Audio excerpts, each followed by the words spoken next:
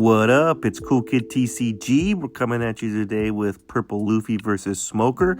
We lost the dice roll. We're going to go second. This is one of our worst matchups. Black in general is worse, but if we had to choose between this and Lucci, we take this one. So yeah, we're going for it. Our hand's pretty good. It's not the best going second hand. It's a really good going first. We have a Zorojuro and a Luffy Taro already ready to go. But hey, it's a good hand. It'll still work going second. Ideally, it'd be better to go first. But alas, we lost the dice roll. That's how it's gonna go. We don't have a great 5-drop. That's the reason why it's not the best going second hand. But we can still play that Zorojuro ramping to 5 and then swing 6 if need be. We start off. We go second. We're gonna play Law. I learned my lesson a little bit from looking at the last matchup because I'm sitting at the exact same spot from the last game. We're going to grab a Sanji from the search. We're going to search for Law again. But I learned my lesson that the hot spot is to the left of the board. So I'm going to try to keep the more important cards on the right side of my board versus the left to avoid the glare. That being said, my board will get kind of full at some point. But yeah, playing out 1 cost against Smoker actually could be considered bad because they're able to get the boost. They swing 7 into life, and I give them 2k, 1k, and then they play a brand new, and there we go from there. We're on our 4-Dawn turn. We ramp to 5, and we get a Kid blocker, so we can play the Kid on our 5-Dawn turn. I'm thinking about what to do. We swing 5 into life. I'm thinking about if that's a good idea because I don't think he has a way. He's going to be on his 5-Dawn turn, and he could play Tashigi, and I'm trying to think in my head. I don't think he can kill it with Tashigi. So we play the Kid blocker out. It's right on the cusp of not being able to be seen. But we play the Kid blocker out, and I think it's safe from the Tashigi, but I'm trying to remember exactly what Tashigi does. He plays the Tashigi, but then I'm like, oh, shoot, it doesn't. But then we're talking about the interaction. It minuses it to 4 and then pops a 0 cost. But because he used all of his Dawn, he can't give a Dawn to Smoker to get it that last final 1. So the Kid blocker actually stays. Yeah, so that's what we're interacting. And then I think we're talking about if he wants to take the turn back. Which I'll let him do if he wants to. But yeah, we're just discussing the entire interaction. I believe that's what's going on. Yeah, so I do let him take that move. He swings. Okay, then he does his normal process and swings 6 into life. And I'm going to, or 7 in life, and I'm going to get block in 2k. 7 because he gets the Smoker's ability of if there's a 0 cost while you have a Dawn, you get an extra 1k. That's why it might not be a good idea to play 1 cost. He then plays Rebecca into what's going to be the 2k Tashigi, the one that when you minus, or when you can rest it to -3, I believe. I don't want that on board. I'm going to try to kill that, but he does have a Rebecca blocker, so there's that. I'm going to swing 6. I'm against black decks in general. I like to swing my blockers early because they could get KO'd. It's no use trying to keep, in my opinion, a big body on board, and if it's just going to get popped. So I swing the 6. He gives me the Rebecca blocker.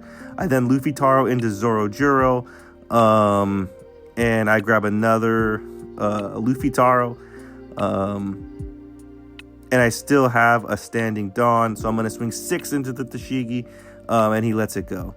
6 into 4. I move the 2 lost to the left because I feel like they're not important. Those are the ones that are blocked out by the light. The Kid blocker's kind of being blocked out, but we got the Zorojuro and the Luffy Taro ready to go.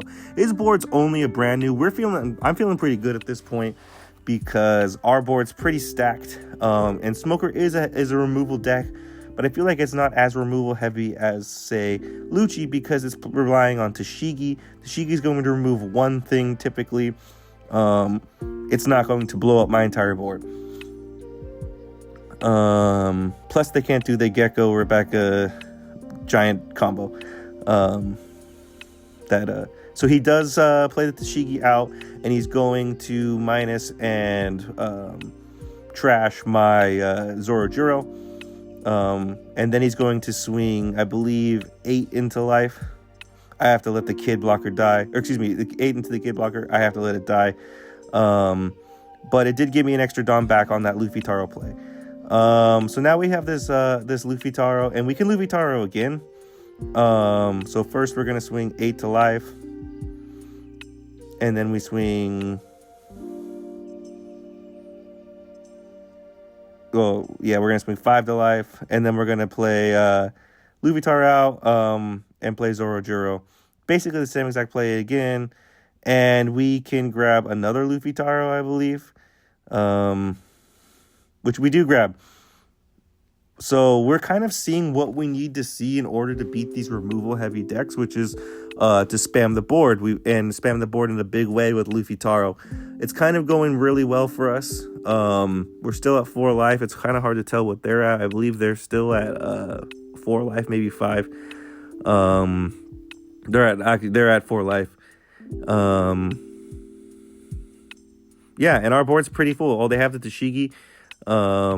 And we have 2 Luffy Taros, a Zorojuro, and then 2 1-cost loss. Plus, we have 1 standing right now for Gum Giant, but kind of don't want to do that right now. We could, but we kind of don't. Let's get to 10 Dawn. I like to usually wait until I get to 10 Dawn to do that. So that way, I'm only going down to 8 or 7 in case I played something like a Big Mom. Yeah, so that way we're still pretty much at a full 10 Dawn turn, unless it's an emergency. But we have that emergency ready to go. He's going to Ice Age minus 5 to the Luffy Taro. It's at 2. And then I believe he's going to drop the 8-cost Sabo, which he trashes a card. He trashes the Jack, and that pops a 5-cost and a 3-cost. And then he swings 5, and I give him the 1K. The reason I also take the life from the Tashigi. Yeah, so he popped the 5 and the 2 or 3, which is a 4, and the 2 because he minus the Luffy Taro. I swing 8 to his Tashigi, and he lets it die. I swing 7 to life. He takes, and then we're going to Luffy Taro Zorojuro for a 3rd time in a row. And what's funny is I believe we can grab our 4th and final Luffy Taro, but I decided not to. I kind of laugh about it in the moment. I grabbed the 2K because at this point it's like we've played 3 Luffy Taros. I don't have an obvious Luffy Taro choice in my hand, and I kind of need some counter at this point. That was a thought process. Maybe I should have grabbed that Luffy Taro and just continually spam the board. Again, I didn't have a great option in my hand at the time. I wanted a 2K counter. He swings 5 to life. I give him a 1K kid. He swings 9 into 8, and I give him that 2K. That's where that 2K comes into hand. And then now he plays 10-cost Kuzan and pops my Zorojuro. Now, that Kuzan's very troublesome because it minuses 5 to everything on my board. And I can't do it. I have no way to remove that Kuzan. That card is like a death sentence pretty much every time it comes out. And you have to find a way to remove it. And I can't remove it. There's no removal in my deck for something that big. The removal in Purple Luffy is to swing into it, and I can't swing into that card. I can't even rest it with a Sanji or something like that. It's unfortunate. It's kind of just a rough spot. I started off with a 7 into life. He gives me the 2K, 1K. I still have okay, now we're gonna swing 11 into the Sabo because he gave me a lot of cards. I think he only has 2 or 3 cards in hand at this point. So we cleared that Sabo. That feels nice. Here's where I make a huge mistake. I don't have a great card in hand to play, so I'm thinking about swinging with a Law, and I put all the Dawn on Law and swing 7, which I like the idea in theory. It puts a lot of pressure. He's down to 1 life now. But I didn't leave a Dawn up for Gum Giant. This is a huge mistake that I believe will end up costing me the game. Because now I had all the momentum. He can clear. He's going to clear one of the Luffy Towers by popping, and I would assume as much. But now he can also clear one by swinging into it because I don't have a strong hand. Immediately after I swung that Law, I thought it was funny in the moment because I didn't have a good play. And also, in my head, I was also thinking I'm getting rid of a 1 cost that he can't continually get this free lead effect off of. But again, I didn't think it through enough and didn't leave a Dawn up for Gum Gum Giant. Huge mistake, in my opinion. And this is one of the reasons why I wanted to record, so I can continually critique and learn my mistakes.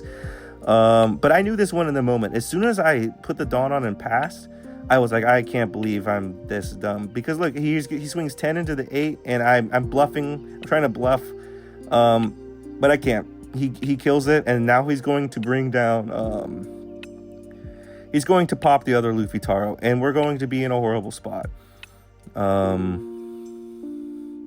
yeah, it doesn't feel great. But yeah, he's sneaking through his plays. He plays another Sabo. I'm thinking, okay, fine, I guess you can pop the Law and I bring it over. But then I forget that, oh, the Kuzan also minuses my Luffy Taro down. So just, again, very unfortunate. My board's completely blown up. And he swings 5 life, and I take it because I have to. He then plays a brand new and grabs a Suru. So I know he has 1 2K in hand. This is going to come into play later. My hand's pretty bricked up. I don't have a lot of options. But I do have this giant rush Luffy. I can play this down and put some pressure. So I'm going to really start with a 5 life. He's going to give me a 1K counter. And then I'm going to bring down the big boy, 9, and draw a card, rush. I thought about at this point swinging 7-10 for game, like playing this first and then getting the Dawn and then ramping with leader effect to swing 7-10. But that I knew him giving me that brand new tells me that would have been a horrible mistake because he had the 2K 1K. But yeah, now we have 1 standing for Gum Gum Giant. His board's pretty big. He's got that Sabo and he's got that Kuzan. At this point, I'm not 100% sure. If he can pop my Luffy, I'm probably just going to lose outright. So I'm trying to also kind of game it a little bit so that he puts his Dawn on and swings rather than pops it, because that's my only hope, is to keep this thing alive. Maybe he goes for game and he can't get it because I have the Gum Gum Giant and I draw into some 2Ks or something along those lines. He's going to start out. He's thinking everything through. He checks my trash. He's checking for Uso Hachis. There's 2 Uso Hachis in the trash. I had just checked my trash, I believe, or I'm going to check my trash again. For the Uso Hachis, that's specifically what I was looking for, because I was looking for, if in case he plays a Rebecca in some way, I want to be able to rest it. I do not have an Uso. I have nothing to rest in hand at the time. I have 5 cards in hand, and a Gum Gum Giant. I believe I have 2 Gum Gum Giants, but I can only play 1 because I only have 1 standing Dawn. He swings 9 life. I could Gum Gum Giant here, but I want him to swing the Kuzan into life as well, so he doesn't swing into my Luffy Taro, or excuse me, into my Rush Luffy. So now he swings the 10. Now I'm gonna have to give him a Gum Gum Giant plus a 2K, which I do have in hand already. We pitch the other Gum Gum Giant, return 2, and we draw plus 4, and then here comes up to 11 to counter out of the 10. At this point, he hasn't used any Dawn, so he still could Dawn up on brand news, and that might have been, he might have been able to win that way. Yeah, he like, honestly, that could have been the move, is put in maybe like 5 on brand new and 5 on Smoker and go for game. But I do have a decent amount of counter in hand. Maybe I could have countered out of one of those swings. But yeah, that's just the thought process. He's going to swing. What's he going to do here? He's going to eventually tap 8 for the play, we all know. But yeah, he's thinking everything through right now. He's checking his trash because he wants to make sure this Gecko play that he's about to play is the best. But yeah, he's really thinking this through.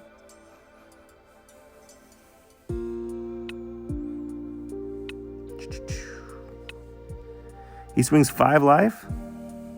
No, he swings 5 with the brand new. Puts 2 Dawn on there. I'm going to give him the 1K Nico Robin blocker. And then he's going to swing 5 life with lead.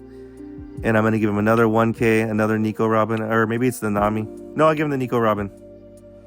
And then he plays the Gecko just to get the Rebecca. Oh, no, he plays that. And then he also plays it with a brand new.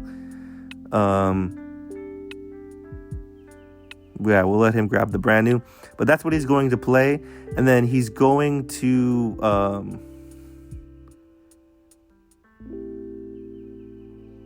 yeah, he's going to play out another brand new.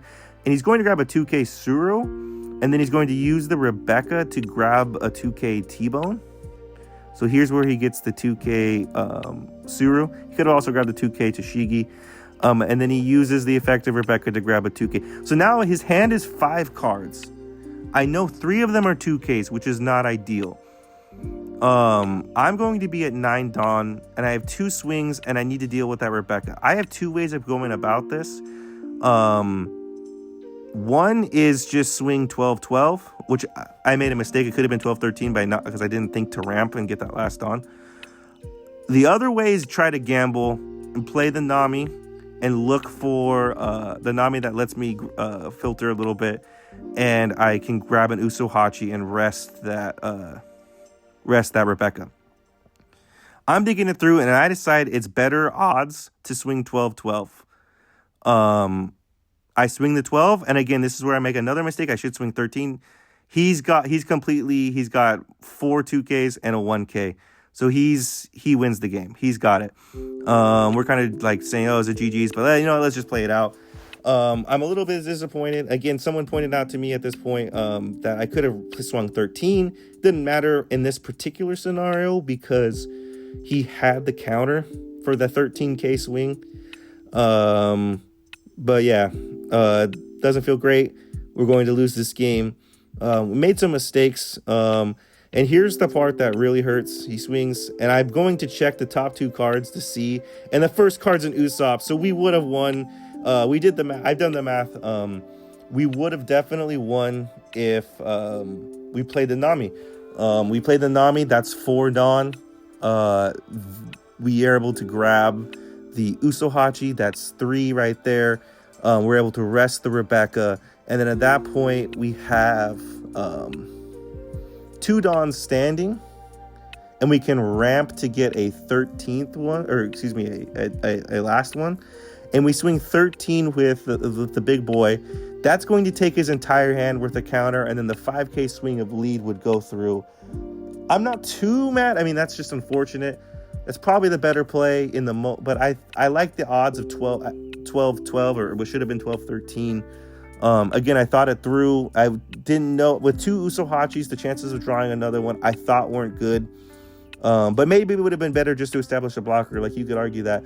I'm way more upset with myself for the fact that I did that cute play where I thought I was, when I swing 7 with the 1 cost law, and I should have swung 6. That's really the turning point of the game for me. We lost momentum at that point. But hey, this is the exact type of video why I wanted to start this channel. One, because I got to play a good opponent today. Against a tough matchup, and when you play a tough opponent again, a tough matchup, you have to get every single decision right, and I didn't. And this is the point of this channel, is I want to try to correct those decisions. So ultimately, we're gonna take it as a positive, even though it's a negative. And yeah, ultimately, hopefully we can be better next time. Thanks for tuning in. I know this video is a bit longer. I had to speed it up a little bit because it was like a 30-minute video. This one's going to be pretty long anyways. But yeah, thanks for tuning in. Hope to see you soon. And like, rate, subscribe. And let me know in the comments any other tips or anything else I would have missed. Thanks.